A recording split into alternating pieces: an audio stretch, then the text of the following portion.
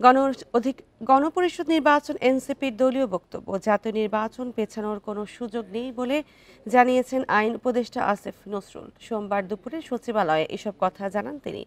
বলেন, ফেব্রুয়ারিতেই নির্বাচন করতে বদ্ধপরিকর সরকার।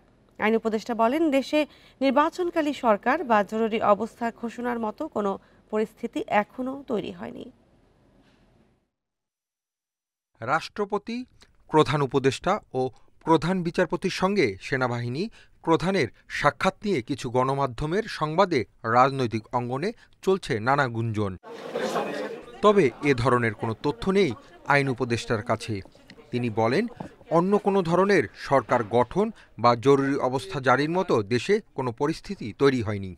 আর্মি চিফ প্রধান বিচারপতির সাথে দেখা করেছেন, এই ধরনের কোনো তথ্য আমার জানা নাই। আমি দু একটা পত্রিকায় দেখেছি, আর অনলাইনে এটা নিয়ে নানান গুজব গুঞ্জন হয়েছে দেখেছি। এসব গুজব গুঞ্জন নিয়ে বিচলিত হওয়ার মতো কিছু নাই। জাতীয় নির্বাচনের আগে গণপরিষদ নির্বাচন সংস্কার বিচার নিয়ে এনসিপি সহ কয়েকটি দলের অবস্থান ভিন্ন হলেও তা দূর হয়ে যাবে বলে মনে করেন আইন উপদেষ্টা।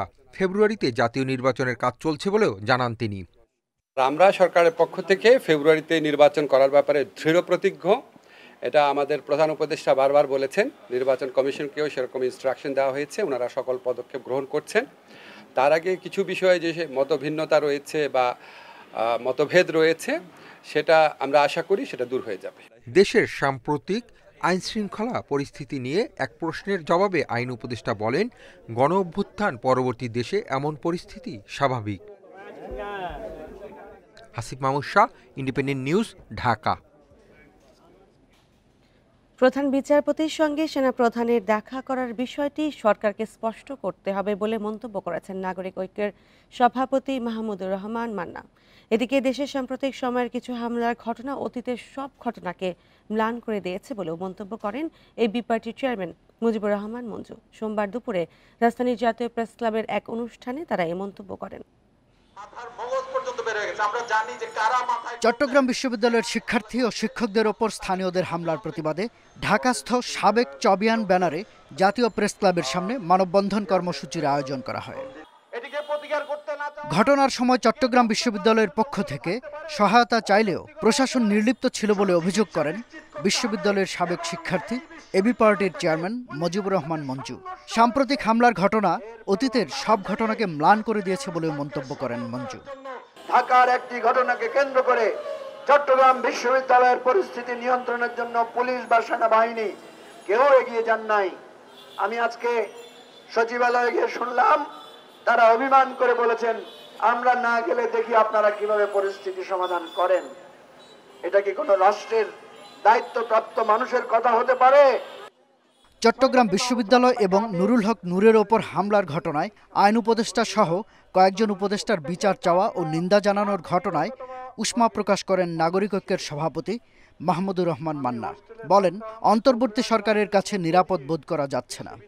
প্রধান সেনাপতি হঠাৎ প্রধান বিচারপতির সাথে দেখা করলেন কেন? কোনো জবাব আছে?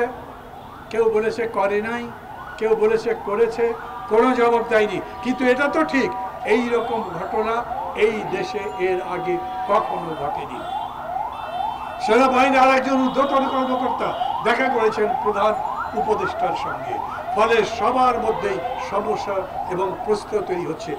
এভাবে একটার পর একটা বিশ্ববিদ্যালয় ও বিভিন্ন এলাকায় বড় বড় সংকট তৈরি করে শেষ পর্যন্ত পুরো জাতিকে অন্ধকারে রাখা হচ্ছে কিনা সে প্রশ্ন রেখে মাহমুদুর রহমান মান্না বলেন, যদি সরকার দায়িত্ব পালন করতে না পারে তবে সবাইকে ডেকে বলা হোক। যদি সরকার দায়িত্ব পালন করতে না পারে সবাইকে ডেকে বলেন। শাহাদাত স্বপন, ইন্ডিপেন্ডেন্ট নিউজ, ঢাকা। 15 বছরে 3টি বিতর্কিত নির্বাচনে সমর্থন দিয়ে আওয়ামী লীগকে স্বৈরাচারী হতে সহযোগিতা করে জাতীয় পার্টি। এদেশে ভারতীয় প্রভাবের রাজনীতি চর্চায় অন্যতম ভূমিকা দলটির। এজন্যই এখন জাতীয় পার্টি নিষিদ্ধের দাবি উঠছে বলে মনে করেন রাজনৈতিক বিশ্লেষকেরা।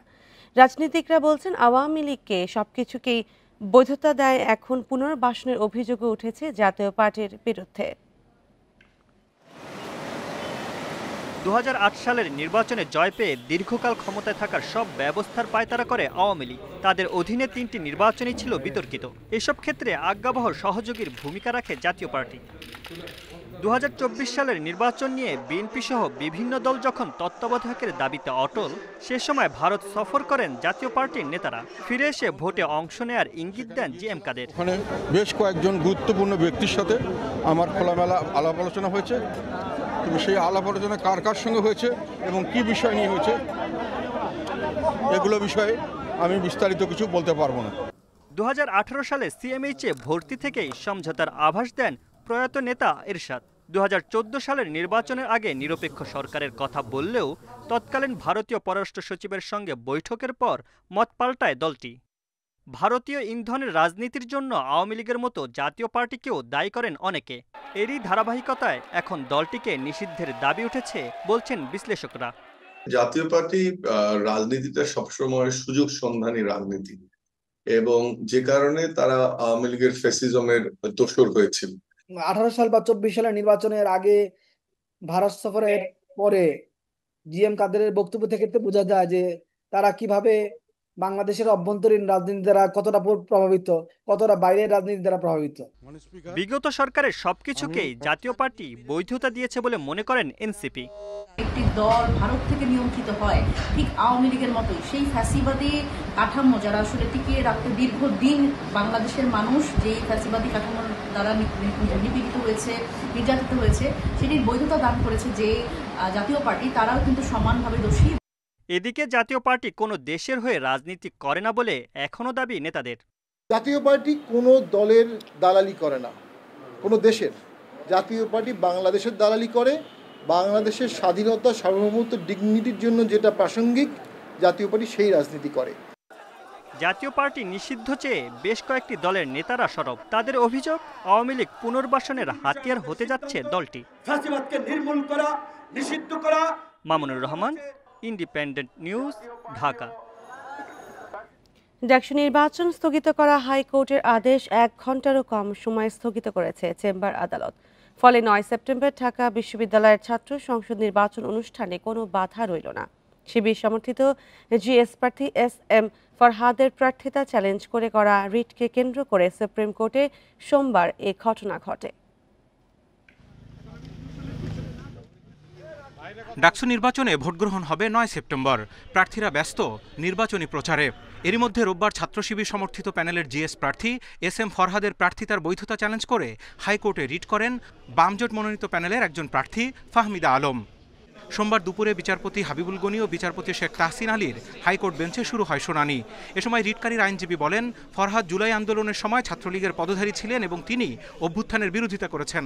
এমনকি নিষিদ্ধ ছাত্রলীগের কমিটি থেকে পদত্যাগ না করেই আবার ডাকসু নির্বাচনে প্রার্থী হয়েছেন। পাল্টা শুনানিতে ঢাকা বিশ্ববিদ্যালয়ের আইনজীবী বিভিন্ন নথিপত্র তুলে ধরে আদালতকে জানান, ফরহাদের বিরুদ্ধে ছাত্রলীগের সংশ্লিষ্টতার তথ্য সঠিক নয় এবং তিনি জুলাই আন্দোলনে গুরুত্বপূর্ণ ভূমিকা পালন করেছেন। 1.5 ঘন্টা ধরে বিস্তারিত শুনানি শেষে বিকেল 4টার দিকে 30 অক্টোবর পর্যন্ত ডাকসু নির্বাচন স্থগিত করে আদেশ দেয় হাইকোর্ট। যার পিটিশনের ভিত্তিতে এই নির্বাচন আজকে স্থগিত হয়েছিল, তিনি নিজেও একজন ক্যান্ডিডেট, তিনি নিজেও ডাকসু নির্বাচন স্থগিত চাননি। তিনি প্রশ্ন তুলেছিলেন একজন প্রার্থীর ব্যাপারে। ফলে ডাকসু নির্বাচন স্থগিত থাকাটা কেউই ভালোভাবে নিবে বলে আমি মনে করি না। হাইকোর্টের স্থগিতাদেশের খবর ঢাকা বিশ্ববিদ্যালয় ক্যাম্পাসে পৌঁছালে বিক্ষুব্ধ হয়ে ওঠে শিক্ষার্থীরা। এর মধ্যেই ক্যাম্পাসের পরিস্থিতি তুলে ধরে বিচারপতি ফারাহ মাহবুবের চেম্বার আদালতে যান ঢাবির আইনজীবী। এরপরই হাইকোর্টের ওই আদেশ স্থগিত করে দেন আদালত। ডাকসু নির্বাচনকে স্থগিত করে যে আদেশ দিয়েছিল, এই আদেশকে সিএমপি ফাইল বা সিভিল মিসসেলেনিয়াস পিটিশন ফাইল এবং শুনানির আগ পর্যন্ত স্থগিত আদেশ দিয়েছেন। অর্থাৎ এই মুহূর্তে ঢাকা বিশ্ববিদ্যালয়ের ডাকসু নির্বাচন পরিচালনার ক্ষেত্রে এই মুহূর্তে কোনো বাধা থাকলো না। হাইকোর্টের আদেশ 1 ঘন্টারও কম সময়ের মধ্যে চেম্বার আদালতে স্থগিত করার এমন নজির খুবই কম বলে জানান আইনজীবীরা। Zahidul Bashar, Independent News, Dhaka. ডাকসু নির্বাচন নিয়ে গভীর ষড়যন্ত্র হচ্ছে। এরই ধারাবাহিকতায় নির্বাচন একবার স্থগিত হচ্ছে, আবার সেই আদেশের ওপর স্থগিতাদেশ দেওয়া হচ্ছে বলে মন্তব্য করেছেন প্রার্থীরা। নির্বাচন বানচালের চেষ্টা করা হলে শক্ত হাতে তা প্রতিরোধ করা হবে বলেও ঘোষণা দেন তারা। সোমবার ঢাকা বিশ্ববিদ্যালয় ক্যাম্পাসে তারা এই প্রতিক্রিয়া জানান। সোমবার বিকেলে ঢাকা বিশ্ববিদ্যালয় ছাত্র সংসদ ডাকসু নির্বাচন স্থগিতের আদেশ দেয় হাইকোর্ট। এই সংবাদ ক্যাম্পাসে ছড়িয়ে পড়ার পর ক্ষোভে ফেটে পড়ে শিক্ষার্থীরা। এর পরপরই হলগুলো থেকে বিক্ষোভ মিছিল বের করেন শিক্ষার্থীরা। তারা অবস্থান নেন উপাচার্যের বাসভবনের সামনে, যোগ দেন প্রার্থীরাও। শুধুমাত্র একটা নির্বাচন বা একটা উচ্চ বিশ্ববিদ্যালয় দেখলে হবে না, এটা হচ্ছে ঢাকা বিশ্ববিদ্যালয়ের শিক্ষার্থীদের অধিকার আদায়ের আন্দোলন। এই নির্বাচনের ভিতর দিয়ে আপনাদের প্রকৃত বন্ধুকে নির্বাচিত করতে হবে। ষড়যন্ত্রের কোনো সূত্র এখানে হয়েছে কিনা আমরা এখনো স্পষ্টভাবে জানতে পারছি না, তবে আমরা মনে করছি যে আমাদের শিক্ষার্থীদের প্রাণের দাবি 9 তারিখে ডাকসু ইলেকশন অনুষ্ঠিত হবে এবং আমরা এটা আদায় করে ছাড়বো ইনশাআল্লাহ। কিছুক্ষণ পর আবার সংবাদ আসে হাইকোর্টের আদেশের স্থগিতাদেশ দিয়েছে চেম্বার জজ আদালত। এরপর পরিস্থিতি কিছুটা শান্ত হয়। ছাত্রদল বিক্ষোভ মিছিল শেষে জানান নির্বাচন বানচালের ষড়যন্ত্র প্রতিহত করা হবে। আজকে বিভিন্ন জন, বিভিন্ন অপশক্তি, বিভিন্ন পরাজয় শক্তি বিভিন্ন ভাবে নিচ্ছে। স্পষ্টভাবে জানিয়ে দিতে চাই, এই ঢাকা বিশ্ববিদ্যালয়ের মাটিতে আগামী 9 সেপ্টেম্বর ডাকসু নির্বাচন অনুষ্ঠিত হতেই হবে, হতেই হবে। ছাত্র শিবির জানায় নির্বাচন 9 সেপ্টেম্বরেই হতে হবে, এর কোনো বিকল্প নেই।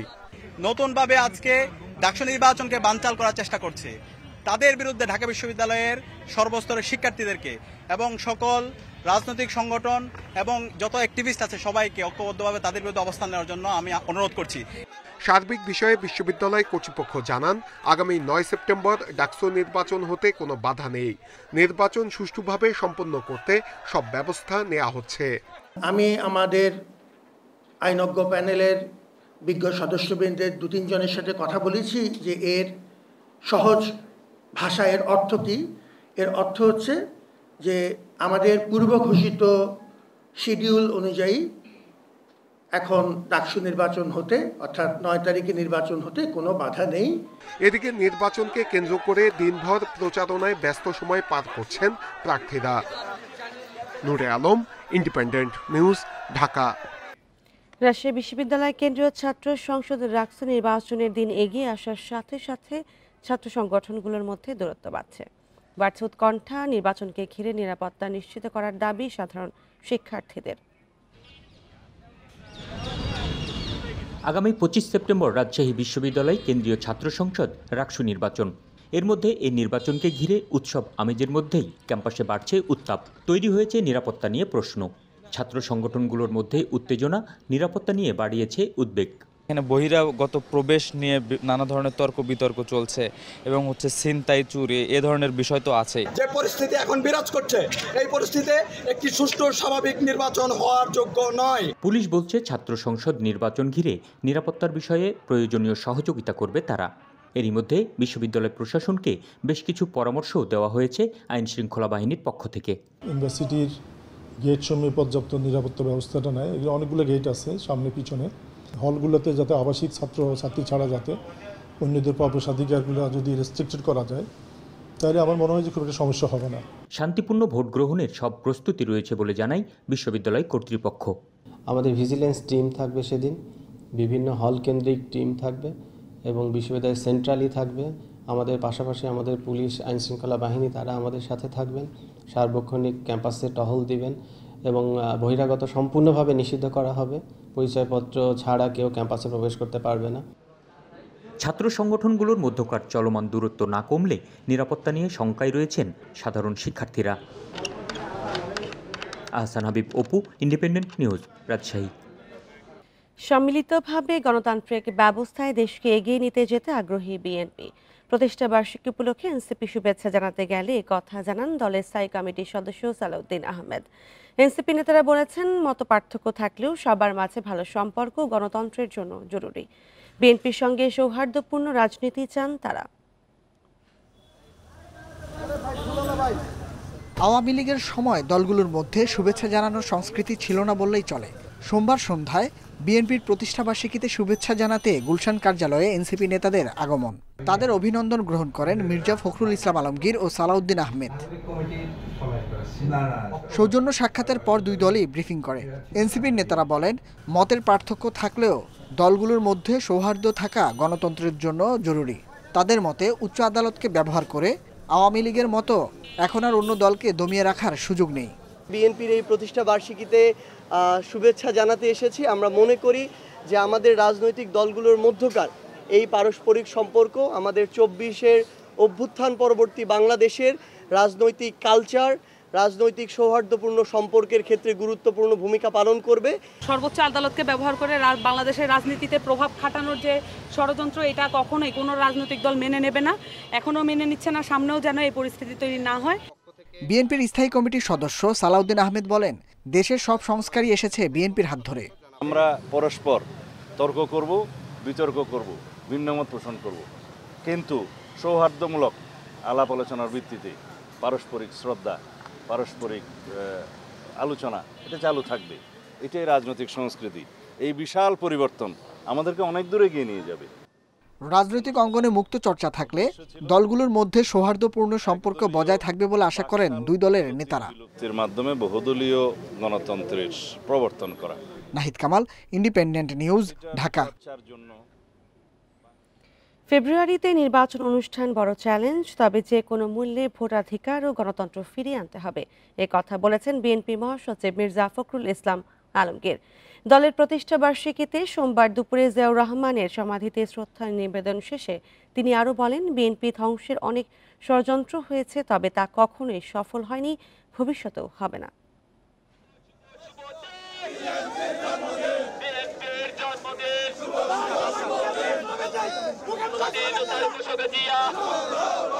বিএনপির ৪৭তম প্রতিষ্ঠাবার্ষিকী উপলক্ষে দলের প্রতিষ্ঠাতা শহীদ রাষ্ট্রপতি জিয়াউর রহমানের সমাধিতে নেতাকর্মীদের এই ঢল। পতিত আওয়ামী লীগ সরকারের শাসনামলে প্রতিষ্ঠা বার্ষিকী সহ বিভিন্ন দিবসে দলের প্রতিষ্ঠাতা সমাধিতে শ্রদ্ধা জানাতেও বাধার মুখোমুখি হতে হয়েছে নেতাকর্মীদের। কিন্তু ছাত্র জনতার গণ অভ্যুত্থানের পর এখন আর নেই কোনো বাধা। মুক্ত পরিবেশে শ্রদ্ধা জানাতে এসেছেন দলটির হাজারো নেতাকর্মী। বেলা ১১টায় সময় দেয়া হলেও এর আগেই খণ্ড খণ্ড মিছিল নিয়ে জিয়া উদ্যানে জড়ো হন ঢাকা মহানগর উত্তর দক্ষিণের বিএনপি ও এর অঙ্গ সহযোগী সংগঠনের নেতাকর্মীরা।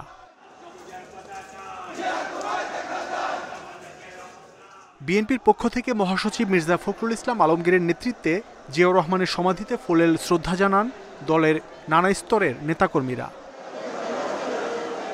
এ সময় মির্জা ফখরুল জানান, বিএনপি গণমানুষের দল, তাই বিভিন্ন সময়ে নানা ষড়যন্ত্র দলের কোনো ক্ষতি করতে পারেনি, ভবিষ্যতেও পারবে না। বারবার চেষ্টা করা হয়েছে বিএনপিকে ধ্বংস করে ফেলবার, কিন্তু বিএনপি ফিনিক্স পাখির মতোই প্রতিবার এই আদর্শকে নিয়ে, জিয়াউর রহমানের আদর্শকে নিয়ে, খালেদা জিয়ার আদর্শকে নিয়ে জেগে উঠেছে। তিনি আরও বলেন, দ্রুত নির্বাচন না হলে সংকটে পড়বে দেশ, হুমকির মুখে পড়বে গণতন্ত্র। চ্যালেঞ্জ আমাদের সামনে রয়েছে, সেই চ্যালেঞ্জ হচ্ছে যে আগামী ফেব্রুয়ারি মাসে, ২৬শে ফেব্রুয়ারি মাসে যে নির্বাচন অনুষ্ঠানের কথা আছে, সেই নির্বাচন অনুষ্ঠান সুষ্ঠুভাবে করার সর্বোচ্চ সহযোগিতা করা, সাহায্য করা। ৪৭তম প্রতিষ্ঠাবার্ষিকী উপলক্ষে দেশব্যাপী ৬ দিনের নানা কর্মসূচি নিয়েছে বিএনপি। নানা প্রতিকূল পরিস্থিতি উপেক্ষা করে এখন অনুকূল পরিবেশে পরিচালিত হচ্ছে বিএনপির রাজনৈতিক কার্যক্রম। এমন পরিস্থিতিতে প্রতিষ্ঠা বার্ষিকীতে নেতাকর্মীদের প্রত্যাশা, দ্রুত নির্বাচনের মধ্য দিয়ে রাষ্ট্রক্ষমতায় আসবে বিএনপি, মানুষ ফিরে পাবে তার অধিকার, দেশে ফিরে আসবে গণতন্ত্র। মাহমুদ শরীফ, ইন্ডিপেন্ডেন্ট নিউজ, জিয়া উদ্যান, ঢাকা। রাজনীতিতে বিএনপির নতুন বার্তা। জনদুর্ভোগ বিবেচনায় দলটির প্রতিষ্ঠা বার্ষিকী উপলক্ষে মঙ্গলবারে ঢাকার র্যালি বাতিল করা হয়েছে। পরিবর্তে ঘোষণা করা হয়েছে খাল, নালা, পুকুর পরিষ্কার কর্মসূচি। বিএনপির সিনিয়র যুগ্ম মহাসচিব রুহুল কবির রিজভী সোমবার এই সিদ্ধান্তের কথা জানান। এই সিদ্ধান্তকে সময় উপযোগী বলছেন সাধারণ মানুষ ও বিশ্লেষকেরা। ছাত্র জনতার গণ অভ্যুত্থানে স্বৈরাচারের পতনের পর জনমনে তৈরি হয় রাজনীতির গুণগত পরিবর্তনের আকাঙ্ক্ষা। তবে প্রত্যাশার প্রাপ্তির ফারাক অনেক। এখনও জন আকাঙ্ক্ষার তোয়াক্কা না করে, জনদুর্ভোগের কথা না ভেবে রাজপথ বন্ধ করে চলে রাজনৈতিক কর্মসূচি। অতি জরুরি কাজে নেমেও অসহায় হয়ে পড়ে সাধারণ মানুষ। গণ অভ্যুত্থানের ১ বছর পরে হলেও জনদুর্ভোগের কথা ভেবে র্যালি বাতিল করে জনবান্ধব খাল, নালা, পুকুর পরিষ্কার কর্মসূচি ঘোষণা করেছে বিএনপি। আমাদের কর্মসূচির মধ্যে কিছু পরিবর্তন নিয়ে এসেছি। র্যালির কর্মসূচিটি আমরা বাতিল করেছি, করে উত্তর এবং দক্ষিণ বিএনপি আগামীকাল তারা তাদের এলাকায় যে সমস্ত খাল নর্দমা রয়েছে সেটা পরিষ্কার পরিচ্ছন্ন করার অভিযানে তারা নামবে। জনদুর্ভোগের কর্মসূচি বাদ দিয়ে বিএনপির জনবান্ধব কর্মসূচিতে আশার আলো দেখছেন সাধারণ মানুষ। র্যালিটা আজকে না করার কারণে রাস্তাঘাটে জ্যামজট হবে না, সাধারণ মানুষ ভালোভাবে চলাফেরা করতে পারবে। ঢাকা শহরের মানুষের চিন্তা ভাবনা করে যদি কর্মসূচি দেয় তাদের জন্য অবশ্যই ভালো হবে। হয়তো জ্যামজট হতো, মানুষের ভোগান্তি বাড়তো, এই জন্য আলহামদুলিল্লাহ ভালো, সিদ্ধান্তটা খারাপ না। বিশেষজ্ঞরা বলছেন শুধু বিএনপি নয়, অন্য সব দলেরও রাজনৈতিক কর্মসূচি দেওয়ার ক্ষেত্রে জনগণের পছন্দ অপছন্দ বিবেচনায় নেওয়া উচিত। এমন কোনো কর্মসূচি দেওয়া উচিত না যা জনপ্রিয়তা না বাড়িয়ে কমিয়ে দেয়। এই কর্মসূচিগুলো মানে গতানুগতিক রাজনৈতিক দলের যে কর্মসূচি বাংলাদেশে আমরা দেখিয়ে এসেছি তার মধ্যে যে নতুনত্ব, সেই নতুনত্ব নিয়ে আসার চেষ্টা করছে বিএনপি। গতানুগতিক যে অনুষ্ঠান, প্রতিষ্ঠা বার্ষিকীর র্যালি বা মিছিল, তার বাইরে গিয়ে এই ধরনের পরিষ্কার পরিচ্ছন্নতা অভিযানকে আমি স্বাগত জানাই। নতুন বাংলাদেশের রাজনীতিতে জনমুখী কর্মসূচি হতে পারে আগামী দিনের মূল স্লোগান। বিশ্লেষকরা বলছেন সময় এসেছে রাজনীতির ধারা বদলানোর। Rifat Alam, independent News, Dhaka. নির্বাচনের সময় মব সৃষ্টি করে কেউ সুবিধা করতে পারবে না বলে মন্তব্য করেছেন প্রধান নির্বাচন কমিশনার। বলে নির্বাচন নিয়ে কোনো দায় নিতে রাজি নয় কমিশন। সোমবার নির্বাচন কমিশন এসব কথা বলেন তিনি। এর আগে সিইসির সঙ্গে দেখা করে যুক্তরাষ্ট্রের ভারপ্রাপ্ত রাষ্ট্রদূত বলেন নির্বাচনে কোনো রাজনৈতিক দল বা ব্যক্তির প্রতি সমর্থন দেয় না তার দেশ। সোমবার সিইসির সঙ্গে সাক্ষাৎ করেন যুক্তরাষ্ট্রের ভারপ্রাপ্ত রাষ্ট্রদূত ট্রেসি এন জ্যাকবসন। রাজনৈতিক পরিবর্তনের পর এই প্রথম সিইসির সঙ্গে যুক্তরাষ্ট্রের দায়িত্বশীল কারোর বৈঠক। বৈঠক শেষে সাংবাদিকদের সঙ্গে কথা বলেন জ্যাকবসন। বিভিন্ন সময়ে যুক্তরাষ্ট্রকে নিয়ে নানা গুজব ও ষড়যন্ত্রের বিষয়টি স্পষ্ট করেন তিনি।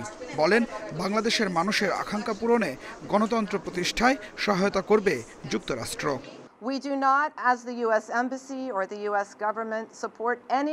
যুক্তরাষ্ট্র কোনো রাজনৈতিক দলকে সমর্থন করে না, তবে তাদের লক্ষ্য ও অঙ্গীকার বুঝতে আমরা দলগুলোর সঙ্গে সাক্ষাৎ করি। বাংলাদেশের আগামী নির্বাচনে কোনো ফলাফলের প্রতি সমর্থন জানায় না যুক্তরাষ্ট্র সরকার।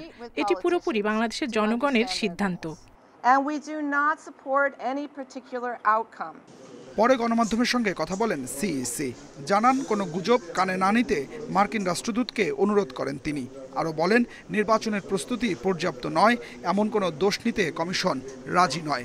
মব কালচার যেটা, এটা কীভাবে ইলেকশনের সময় তো এই ধরনের কোনো পার্টির উপরে যদি এরকম মব সৃষ্টি হয় তাহলে কী হবে? আমি বললাম দেখেন ইলেকশন তো এখনও দেরি আছে। তো ওই ইলেকশনের সময় যখন 300 কনস্টিটিউয়েন্সিতে যখন একদিন ইলেকশন হবে, ওই মবই ভাগ হয়ে যাবে 300 জায়গায়। মব সৃষ্টি করে যারা করতে চাইবে তারা সুবিধা করতে পারবে না ইলেকশনের সময়। জ্যাকবসনের সঙ্গে বৈঠকে নির্বাচনে কালো টাকার ব্যবহার নিয়ে আলোচনা করেছে কমিশন। তবে এটি একেবারেই বন্ধ করা সম্ভব নয় বলে জানান সিইসি। ওই কালো টাকার যে ব্যবহারটা যথাসম্ভব কমানো, এটা বন্ধ তো করতে পারবো না। Adilur Rahman, Independent News, Dhaka. এবারে জাতীয় নির্বাচনে সেনাবাহিনীর পাশাপাশি বিমান বাহিনী ও নৌবাহিনী কাজ করবে জানিয়েছে স্বরাষ্ট্র উপদেষ্টা জাহাঙ্গীর আলম চৌধুরী।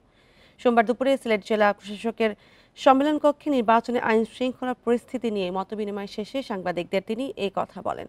আর এজন্য পুলিশের পাশাপাশি সব বাহিনীকেও প্রশিক্ষণের আওতায় নিয়ে আসা হবে। উপদেষ্টা বলেন নির্বাচনের প্রতি কেন্দ্রে 12 জন করে আনসার সদস্য দায়িত্ব পালন করবেন। 5 আগস্টের পর লুট হওয়া অস্ত্র উদ্ধারে সরকার তৎপর রয়েছে বলেও জানান স্বরাষ্ট্র উপদেষ্টা। এর আগে সকালে সিলেট বিজিবি সেক্টর হেডকোয়ার্টার্স পরিদর্শন করেন তিনি।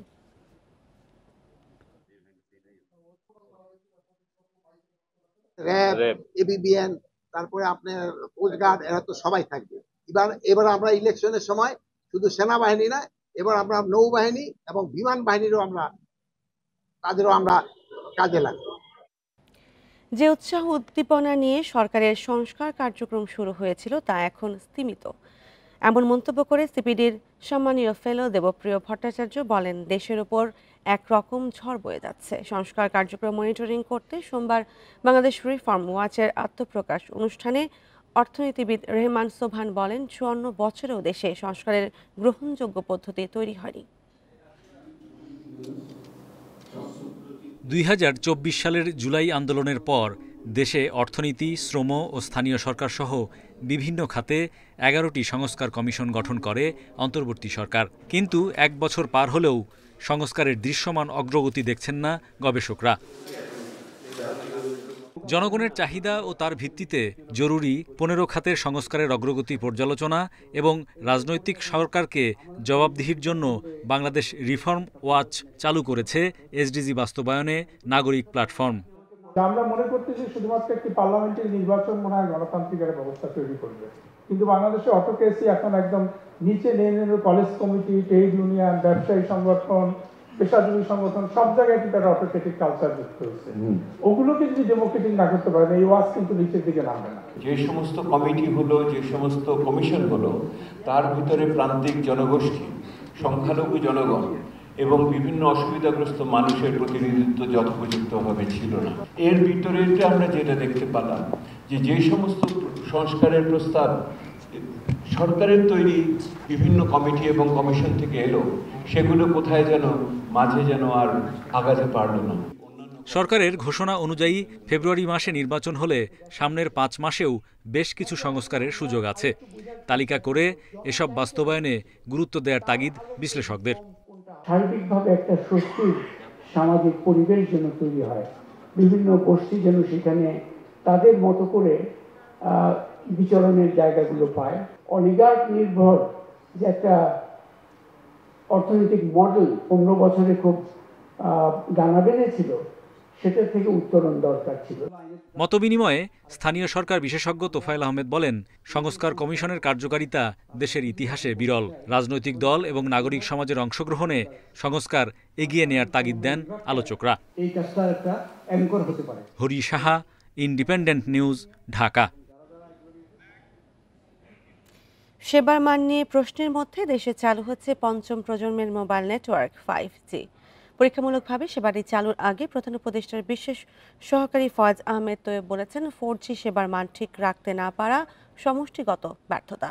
আর নতুন সেবা চালুর আগে অবকাঠামোগত উন্নয়নে নজর দেওয়ার তাগিদ বিশ্লেষকদের।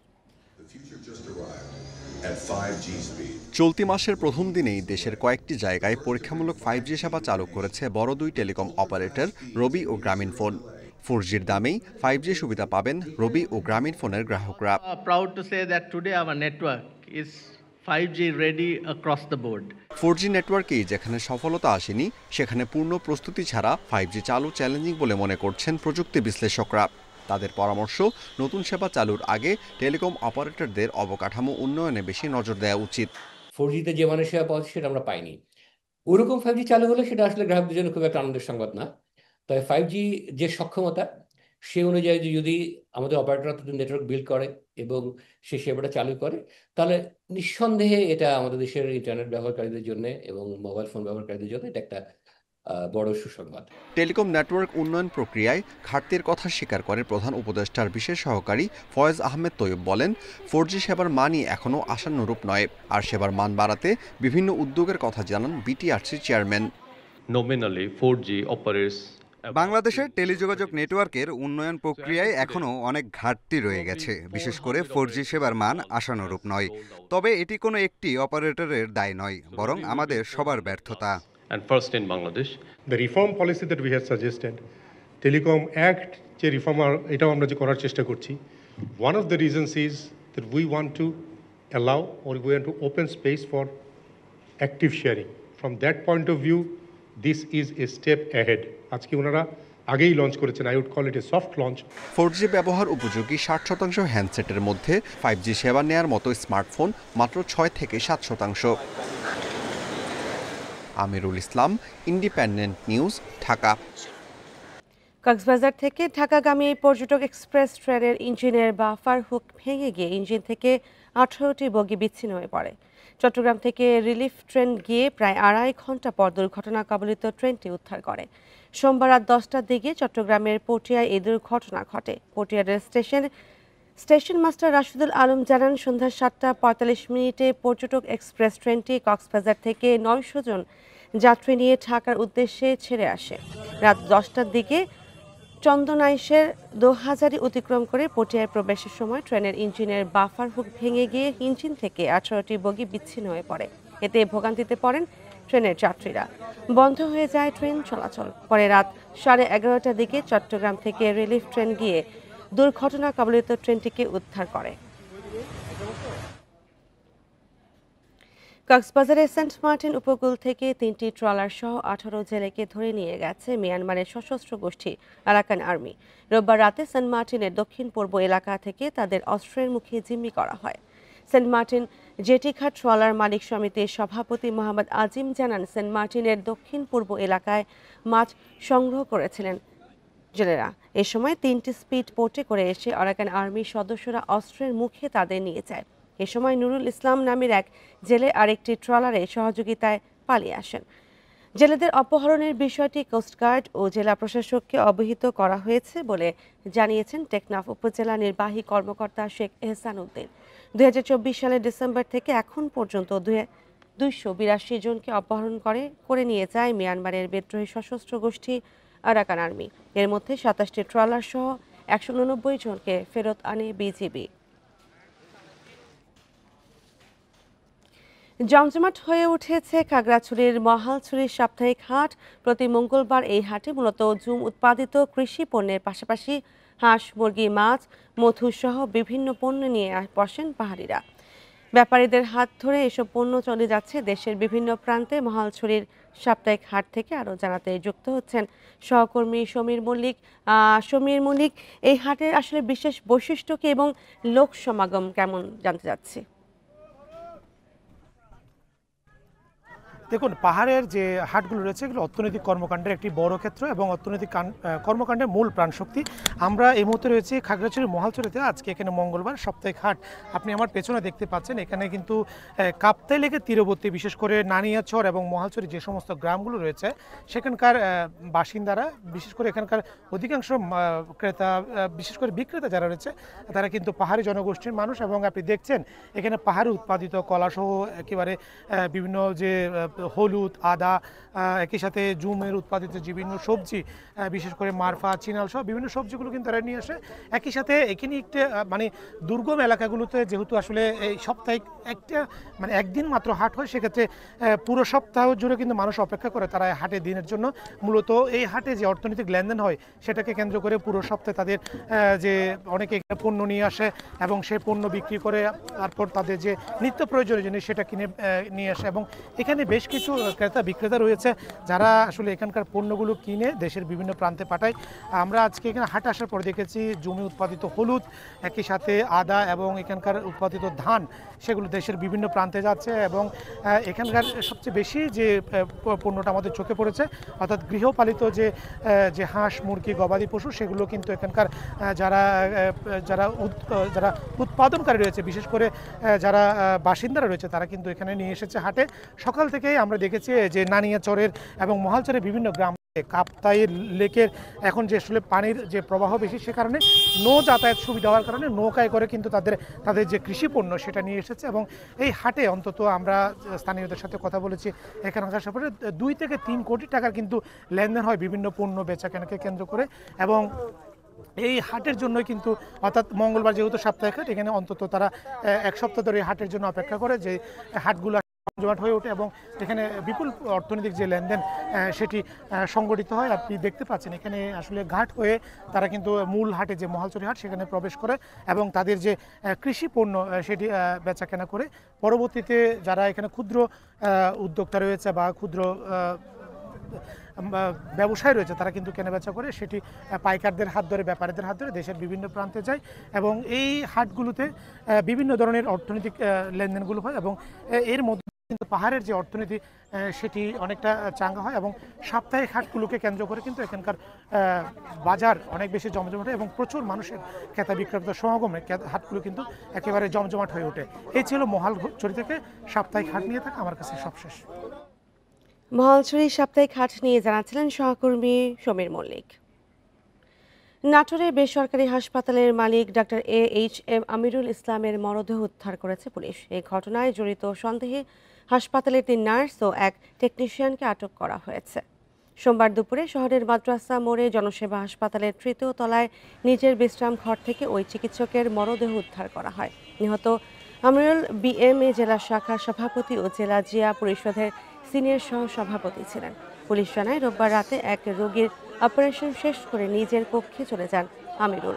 সোমবার সকালে হাসপাতালের কর্মীরা ডাকাডাকি করলেও সাড়া দেননি তিনি। পরে দুপুরে কর্মীদের সহযোগিতায় দরজা ভেঙে ভেতরে ঢুকে পুলিশ উদ্ধার করে মরদেহ। তার গলায় ধারালো অস্ত্রের আঘাত পেয়েছে আইন শৃঙ্খলা বাহিনী।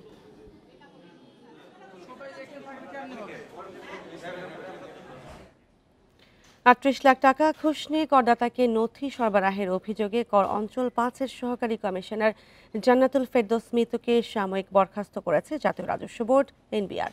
সোমবার NBR চেয়ারম্যান আব্দুর রহমান খানের সই করা এক প্রজ্ঞাপনে এ তথ্য জানানো হয়। এতে বলা হয়, জান্নাতুল ফেরদৌস মিতু কর অঞ্চলের সার্কেল 93-এর করদাতা সালাউদ্দিন আহমেদের কাছ থেকে ঘুষ নিয়েছেন। তার বিনিময়ে ওই করদাতার আইনজীবীকে স্পর্শকাতর নথির অধিকাংশ পূর্ববর্তী রেকর্ড সরবরাহ করেছেন। এর মধ্যে রয়েছে পুরনো আয়কর রিটার্ন, অর্ডার শিট, কর নির্ধারণী আদেশ, আপিল ও ট্রাইব্যুনালের আদেশ এবং অন্যান্য ডকুমেন্টস। সেজন্য সহকারী কর কমিশনের বিরুদ্ধে বিভাগীয় ব্যবস্থা গ্রহণের সিদ্ধান্ত নেয় সরকার।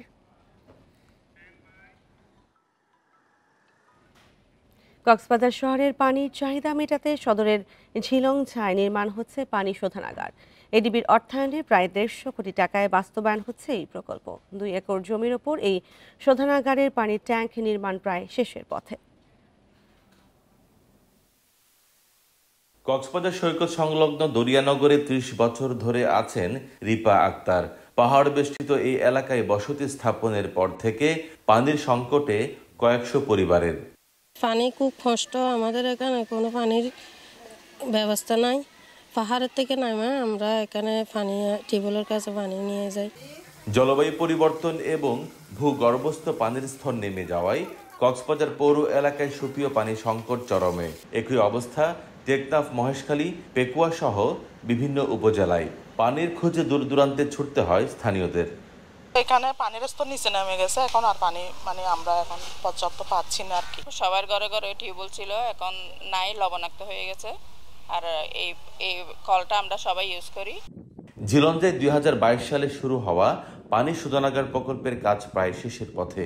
ডিসেম্বর নাগাদ প্রকল্পটি চালু হতে পারে জানিয়েছে জনস্বাস্থ্য প্রকৌশল অধিদপ্তর। প্রথম ধাপে শোধনাগার থেকে 5000 পরিবারকে পানি সরবরাহ করা হবে। আলটিমেটলি এটা আমাদের আগামী 3 মাসের মধ্যে এই কাজটা টোটাল শেষ করে আমরা ট্রায়াল রানে যাব। ট্রায়াল রানে গিয়ে ট্রায়াল অ্যান্ড এরর বেসিসে ফিনিশিং করে আর শেষ হয়ে গেলে আমরা ইনশাল্লাহ পৌরবাসী পানি পাবে এবং অলমোস্ট আমরা প্রায় ইনিশিয়ালি এখানে 5000 হোল্ডিংকে কানেকশন দেব। পানি শোধনাগার প্রকল্পের পাশাপাশি কক্সবাজার পৌর এলাকায় 68 লাখ লিটারের 5টি পানির ট্যাঙ্ক স্থাপন করেছে জনস্বাস্থ্য প্রকৌশল অধিদপ্তর। এছাড়া বিশ্ব ব্যাংকের অর্থায়নে 32টি পানি সরবরাহ কার্যক্রম এবং 2200 কমিউনিটি টিউবওয়েল স্থাপনের কাজ করছে অধিদপ্তর। তৌফিকুল ইসলাম, ইন্ডিপেন্ডেন্ট নিউজ, কক্সবাজার। এই ছিল এখনকার সংবাদে। ইন্ডিপেন্ডেন্ট টেলিভিশনের সব খবর বিস্তারিত জানতে চোখ রাখুন ফেসবুক, ইউটিউব ও এক্সে। ধন্যবাদ সবাইকে।